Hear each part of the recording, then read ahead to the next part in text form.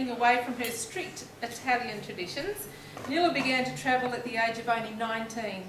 For the next 35 years, Nilla was fortunate enough to have travelled to many different parts of the world. As a national award-winning travel planner, Nilla has helped thousands of people over the past 30 years.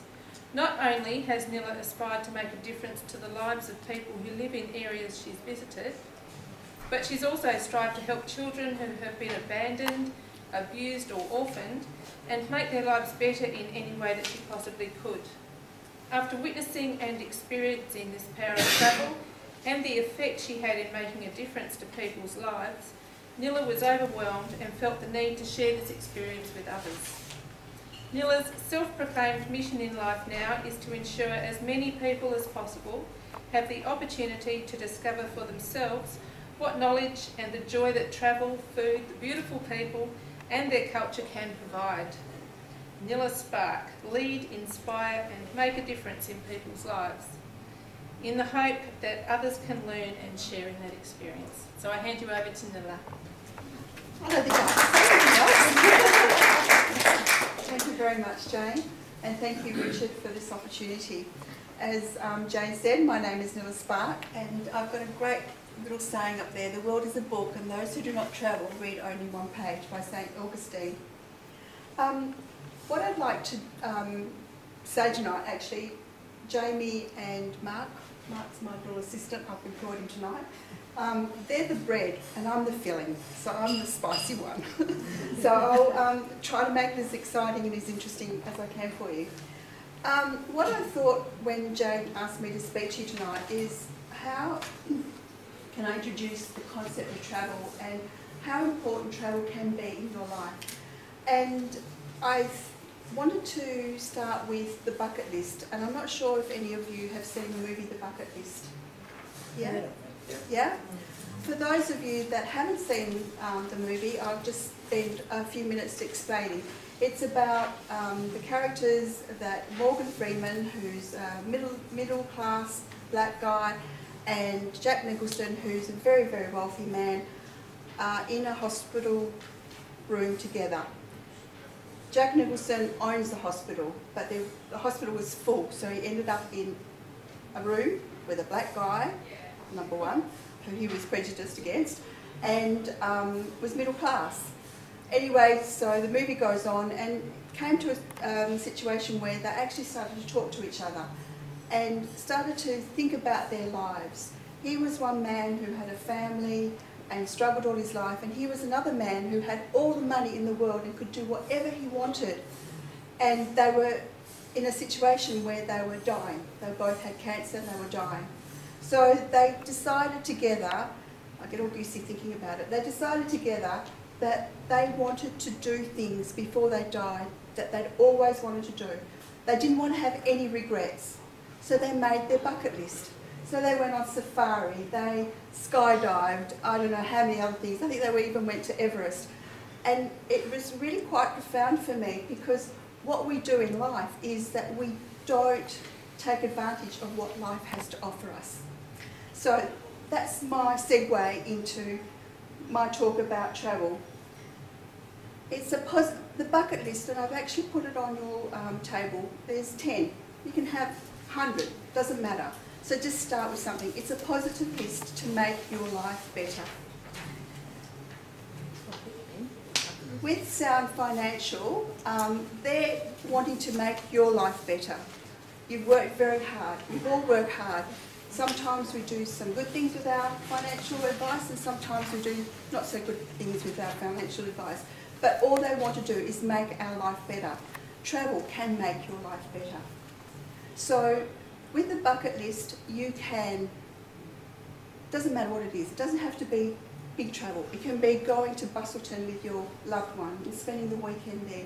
It can be going up to Broome and staying at Cable Beach and riding a camel. It can be whatever it is that you want to do.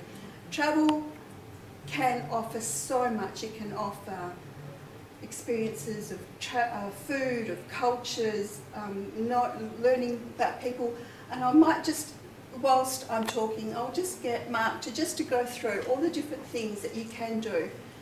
when Jane was speaking to you about travel and my experiences, probably the most joyous experience that I had is I've been working with a company who wanted to make a difference in the world.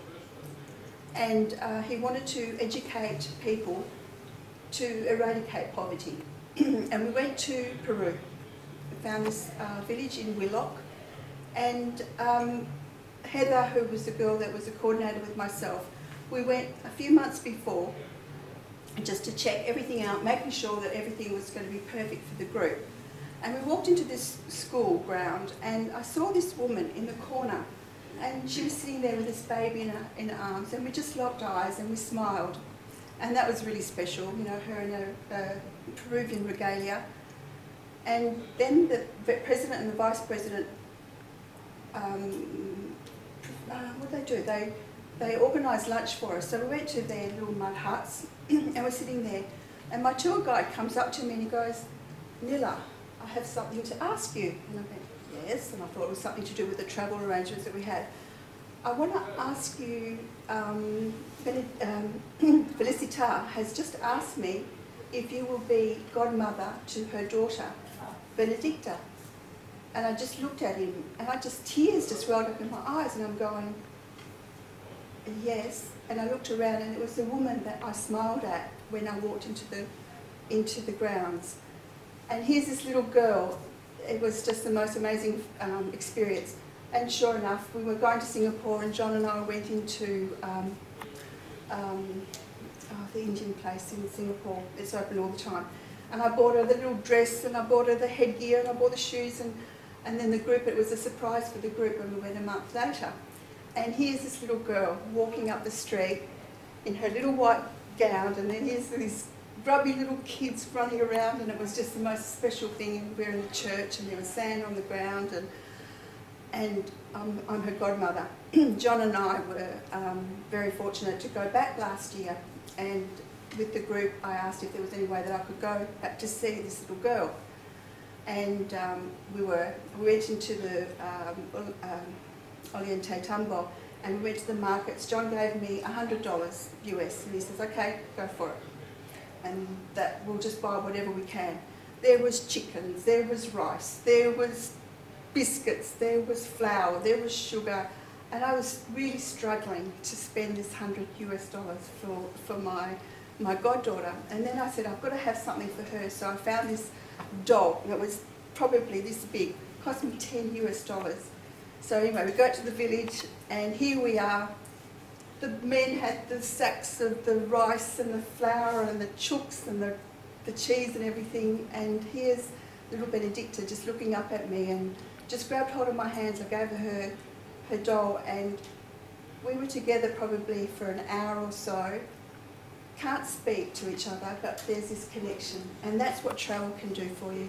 It can just lighten up, it can, I don't know, how can I explain this? It just breaks down all the barriers that you have in your life, and it can just give you a legacy that you can leave. Like through travel, this little girl, I spend $100 US a year, and I feed their family probably for 6 months.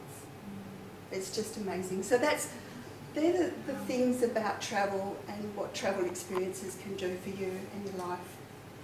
And it's bringing families together, it's bringing friends together, it's bringing, like you're probably all sick of these cooking shows on, but you know, like if you watch these cooking shows, it's not just about a food, it's about all the foods, bringing all the foods together, and it's just infusing these different cultures and understanding.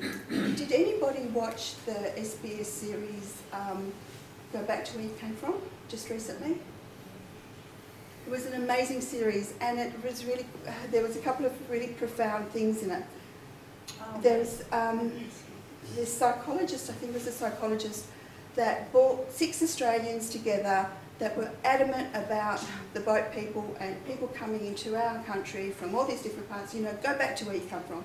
Australia's our country. We don't need you here. Anyway, what they did is they started off with introducing them to the family in Australia, then taking them back to the countries where they came from, actually putting them actually on a boat and letting them experience what it would be like to be a refugee. And the end result was they actually went to the countries of where they came from and they met the people. So what they did is they actually physically met a human being.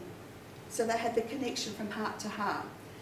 And there was one gentleman who was an engineer from Sudan. He had escaped from Sudan into this refugee camp, and I can't remember where it was, in Africa, just on the other side of his country.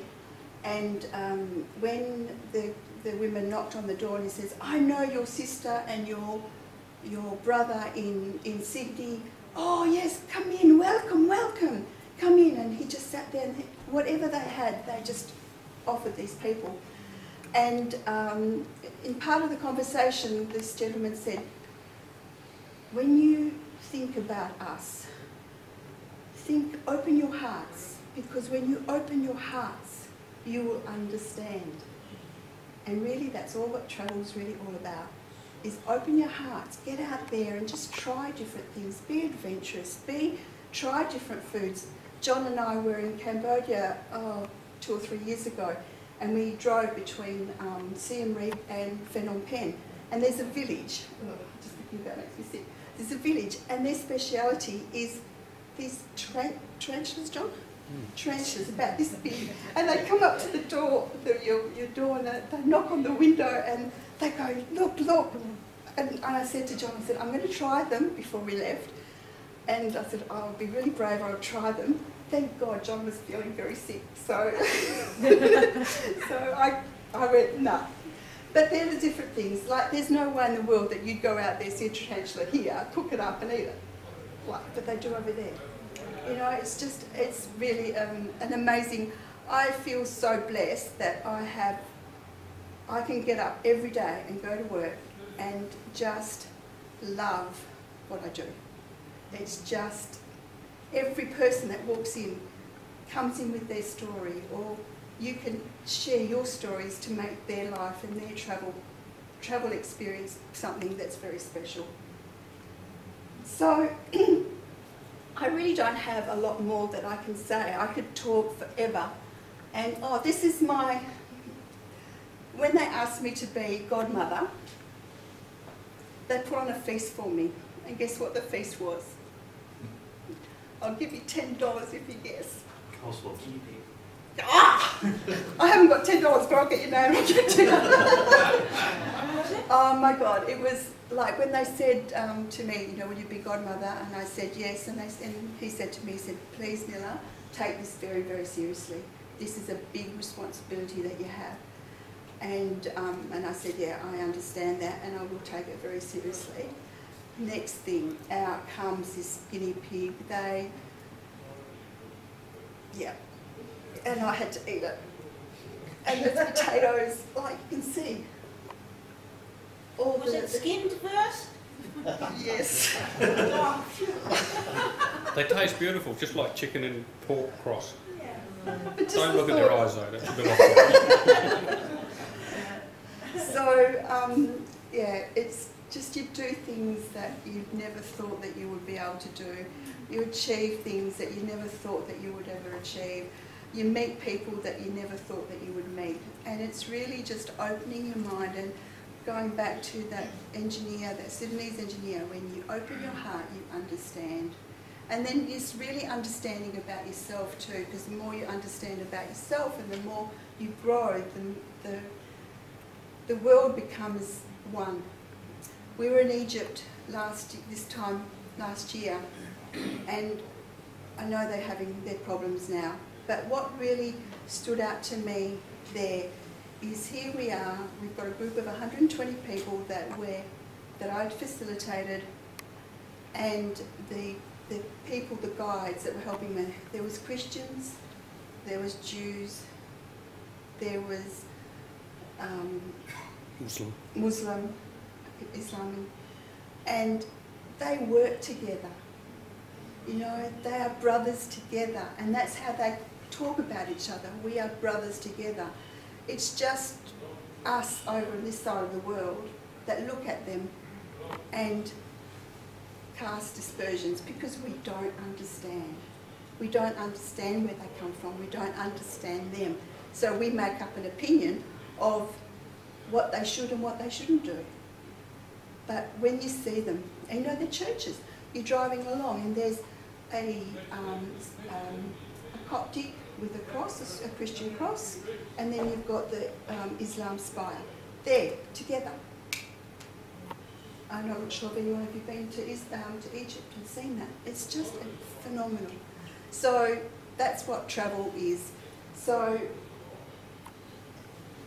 I'd urge you, take out your sheet, start writing about things that you've always wanted to do. We've just listened to Jamie talking about wills. You know, that's pretty confronting. We're all going to die, unfortunately. Don't have regrets. We have a doctor in Perth that we go to, and I was struggling actually after Egypt and Jordan because I had a bit of a fall and, you know, like my whole world was crashing down. And he sat down with me and he said to me, he said, Nilla, I live by this in my life and I'd like to share it with you. He said, in life, do not have any fears, any regrets, or any expectation. Because if you live with that, he said, you will have a life that's peaceful and joyous.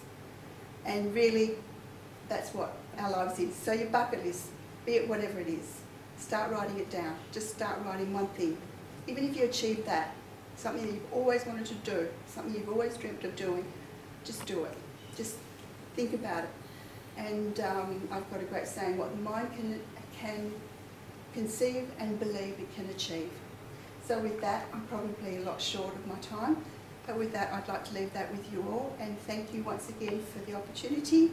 And I have lots more stories, but I'd be here all day. So thank you very much. Thank you.